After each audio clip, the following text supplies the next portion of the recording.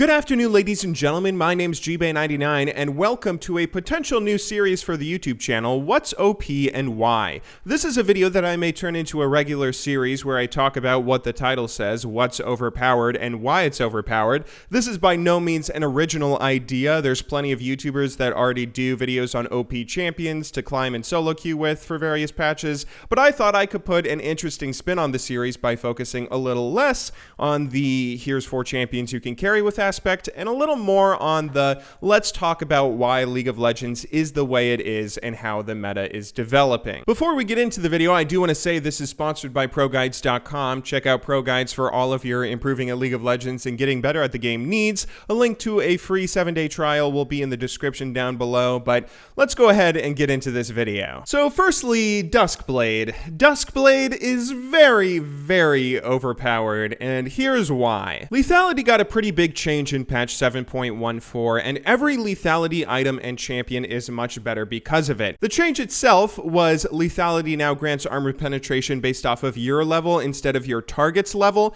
Now, armor penetration, lethality, and all of these stats have a lot going on in them, so some players might not understand what this means. The way lethality used to work with its old formula was it would calculate how much armor penetration you got based off of this formula that scaled off of your opponent's level. This means that if you fell behind and your opponent started snowballing against you, out-leveling you and getting more items and gold and everything, you could build lethality without it being useless since it was scaling off of his level. This is one of the reasons Riot introduced lethality. Old armor penetration felt pretty useless as a stat if you were really far behind. This old formula also had the added benefit of lethality not allowing you to snowball too much, since if you were an assassin building it and you started going off on your own killing spree, you'd start out-leveling your opponent, and that would mean that you wouldn't just one-shot them since lethality is damaging them based off of their level. Riot just threw all of that out the window this patch. I don't know if assassins and lethality were just trash and Riot had to do something to buff them, but that's certainly what they did with this change.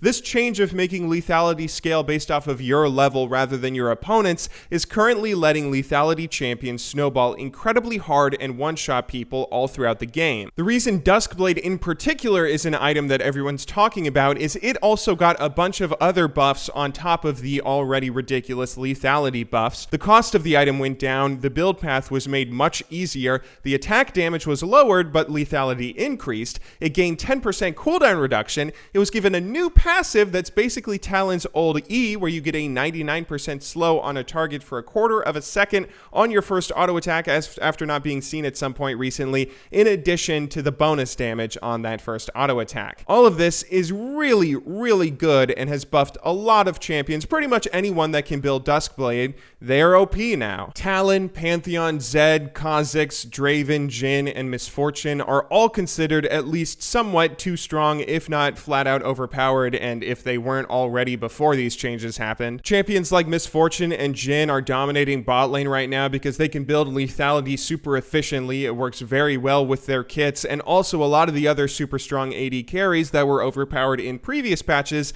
like Caitlyn, have now been nerfed, making them even stronger. Some of these champions, like Draven, are even more ridiculous than they were before, already being overpowered, now getting an additional overpowered lethality buff. A lot of these champions, like Talon and Zed, are just champions that are built for snowballing as assassins, and then when you give this super snowbally lethality meta a lot of viability, they will do incredibly well in it. And not to mention Kha'Zix, who's got incredible synergy with his ultimate being able to proc the Duskblade's passive multiple times within a single fight. The important thing to note about all these lethality and Duskblade changes is that yes, Duskblade is very good now, still very overpowered even after its hotfix that was supposed to balance it out a little bit but didn't really do much, but these champions are still their same old selves before they finish the item, so there is a little bit of counterplay here. Some of them rush it and they can finish it very early on in the game, so I'm not saying that this makes the item balanced or anything, but if you come up against one of these players in solo queue,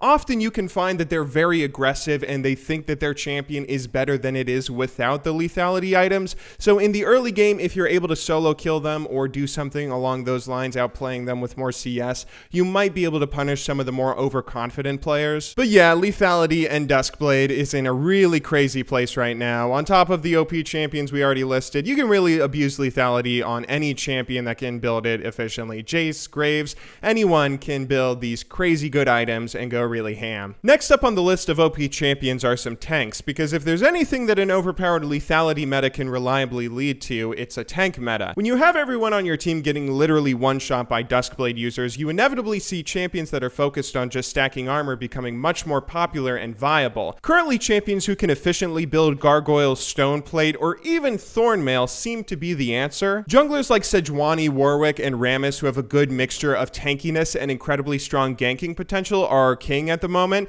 You have this insane amount of gank ability with stuff like the Warwick's speed, Rammus's speed, and Sejuani, which I think is just thriving from having a really good kit, as well as incredible tankiness and this amazing item in Gargoyle Stoneplate, which we'll talk about in a little bit here. On top of them, you have champions like Renekton, Cho'Gath, Jarvan, and Maokai, who are all doing pretty well for themselves too. Almost all of these champions can either build Gargoyle Stoneplate, Thornmail, or both of them efficiently, and they seem to be the champions that people are turning to deal with the lethality abusers. The Gargoyle Stoneplate is an interesting item that is really efficient on champions that can stack health in some way, either champions that are going for this Titanic Hydra, Black Cleaver Gargoyle Stoneplate build, or champions that can just naturally stack health like Cho'Gath, who was buffed recently with the change to his E Vorpal spikes. Its active is all about reducing the damage that you deal to increase your health by a certain percentage, all the way up to 100%, and therefore making you much more tanky.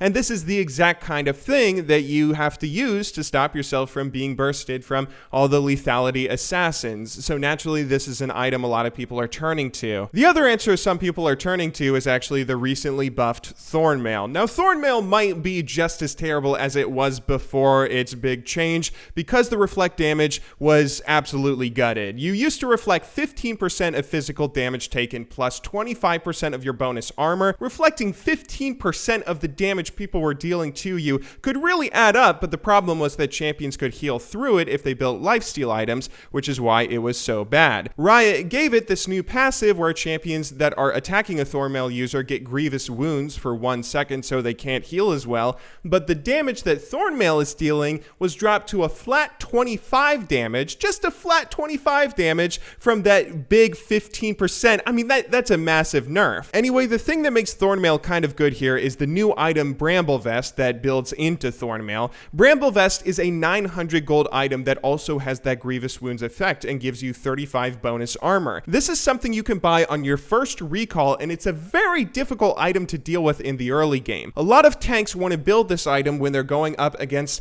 a fighter that's trying to kill them top lane, fighters like Aurelia or Fiora or Tryndamere, where all of these champions have two things in common. They deal physical damage and they have a lot of healing in their kit. Building this item that only costs 900 gold is a great way to make sure that you survive any sort of extended trade they might go for. You typically end up out damaging them and just winning trades outright. They won't be able to kill you. You're going to get to your end game fantasy and you'll become an unkillable tank while having very few deaths in the laning phase. And then you can, of course, deal with all the lethality users when you have all that armor. So that's why Thornmail is a kind of strong item that can shut down a lot of top laners at the moment. This is the direction that the meta seems to be going in, and I gotta say, I'm not a really big fan of it, even if I am obviously pretty biased here. Finally, the only other champions we haven't really talked about so far who seem to be overpowered in the current meta are a few mid laners like Malzahar and Orianna, who are just outclassing everyone else mid lane at the moment.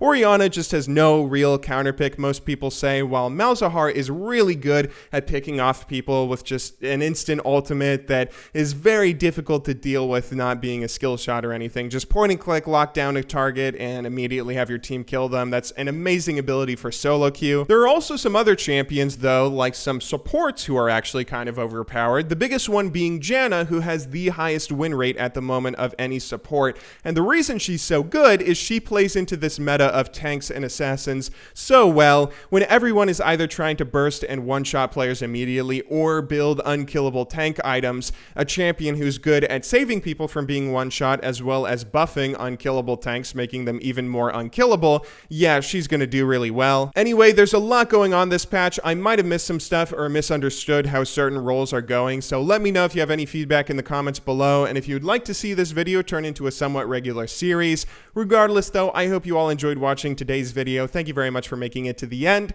I'll see you all tomorrow, but until then, thanks for watching, good luck in solo queue, and have a wonderful day.